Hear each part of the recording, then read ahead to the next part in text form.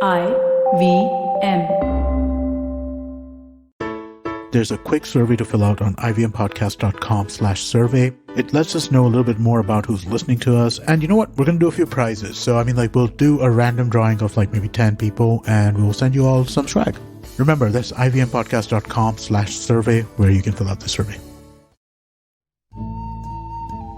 IVM के Hindi travel podcast टेढ़े मेढ़े रास्तों पर आपका स्वागत है।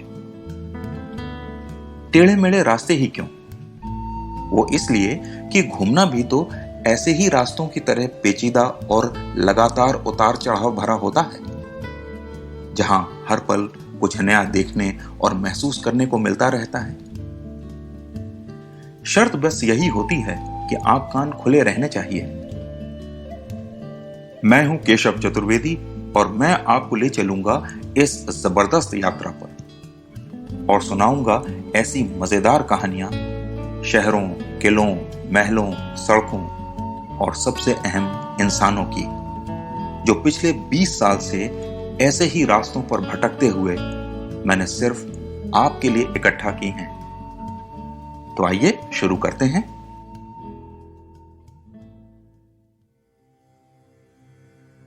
कभी कभी यात्रा सिर्फ सैर सपाटा ही नहीं होती, उसमें बहुत कुछ सीखने को मिलता है।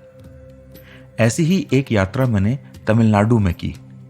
राज्य के धुर दक्षिण में एक शहर है तिरुनेलवेली। तमिलनाडु के सभी शहरों की तरह ये मंदिरों से भरा हुआ है और इसके आसपास बहुत सी पुरातात्विक खुदाई भी हुई है।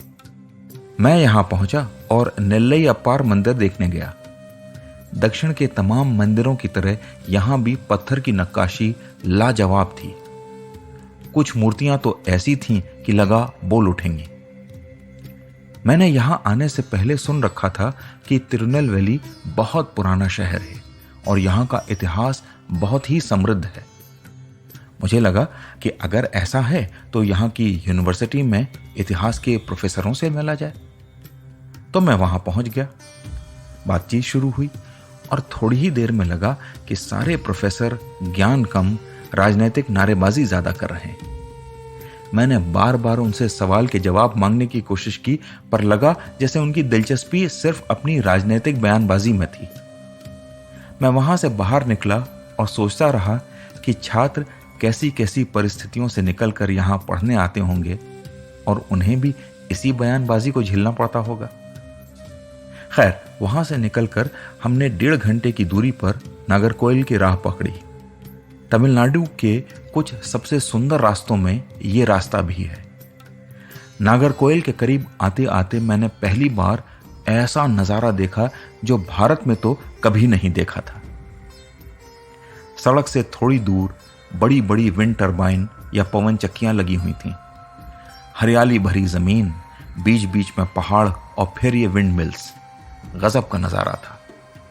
मैं वहां उतर गया और बस धीरे धीरे घूमती हुई उन चक्कियों को देखता रहा। लेकिन उनमें से कुछ ऐसी चक्कियां भी थीं जो बिल्कुल रुकी हुई थीं, जबकि हवा काफी तेज थी। थोड़ी ही देर मैं ऐसे मंत्रमुग्ध खड़ा इन नायाब चरखियों को देखता रहा। तभी मोटरसाइकिल से एक आदमी आकर रुका और मुझसे पूछने लगा कि मैं यहां खड़ा क्या कर रहा हूं। मैंने उसे बताया कि मैंने पहली बार विंडमिल देखी है और मैं उसे नजर भर कर देख लेना चाहता हूं। यह सुनते ही वो मुस्कुराया और खड़ा होकर विंड फार्म के बारे में बताने लगा कि जमीन तो उसके गांव की है, लेकिन एक कंपनी ने लीज पर ले रखी है।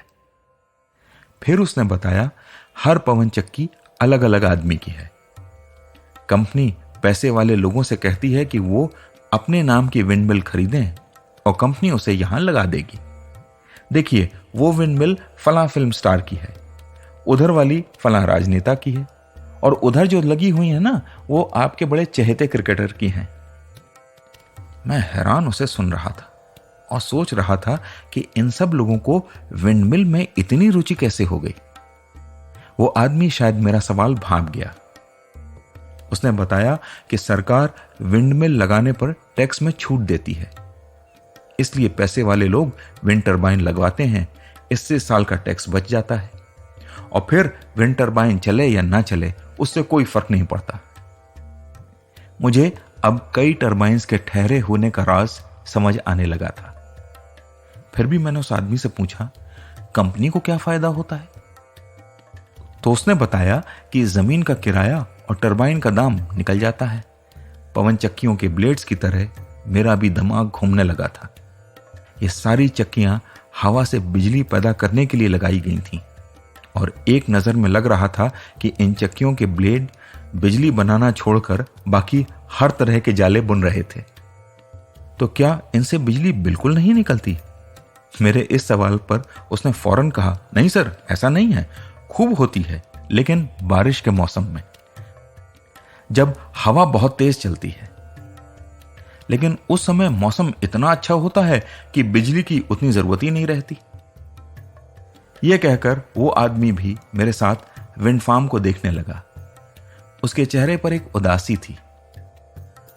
जिस खूबसूरत दृश्य को देखकर मैं ठहर गया था, अब उसके पीछे छिपी उसकी पेचीदा सच्चाई सुनकर मुझे भी बहुत दुख हो रहा था। चलने का समय हो रहा था। मैंने उस आदमी की तरफ देखकर हाथ जोड़े और उसने भी वैसा ही किया और फिर बोला, बस इतना जरूर है सर कि आप जैसे लोग इतनी दूर से इसे देखने आते हैं तो लगता है शायद हमने वाकई कोई बड़ा काम कर दिया है।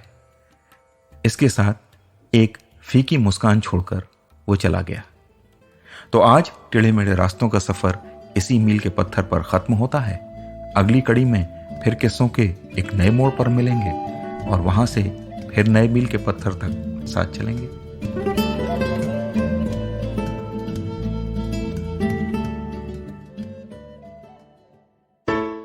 Hey, it's been another great week on the IVM Podcast Network. On Cyrus Says It's Cock and Bull, Cyrus, Kajol, Naren, and Antriksh discuss the meat ban in Delhi and UP and the controversial sociology textbook that outlines the merits of dowry. On IVM Like, Zalak, Antriksh, and Snehal discuss this year's Oscars and Grammys. On Press Decode, Sarah, Vagda, and Prafula take a look at Russia's alleged war crimes in Bucha. On The Fighting Goat, Arjun and Sumesh observe how the MMA market has changed since 2003. And on Postcards from Nowhere, Utsav takes us from Udupi in Karnataka to Madurai in Tamil Nadu. We dive into the fascinating history of the dosa, its origins, and its evolution. Do follow us on social media. We're IVM Podcast on Twitter, Facebook, Instagram, and LinkedIn. And remember, if you're enjoying this show or any of our other shows for that matter, please do tell a friend. Also, don't forget to rate us on any of the platforms you're listening to us on, including the one you're listening to us on now. And also, please do check us out on YouTube. We have a number of channels. They're all available on ivmpodcast.com/YouTube. We're also doing a small listener survey to help us understand you, the listener, better and how you like our shows, how you respond to the advertising, and so on. We'd really appreciate it if you could spare a few minutes to fill it out. It's at ivmpodcast.com/survey. And finally, we'd like to thank our sponsors on the network this week: SBI Life Insurance, India Water Portal, and Jupiter, a digital banking app. Thank you so much for making this possible. Have you ever wondered where the business world is headed? How the ways in which we create, market, and sell to consumers will evolve? Or if we'll ever go back to wearing pants while working?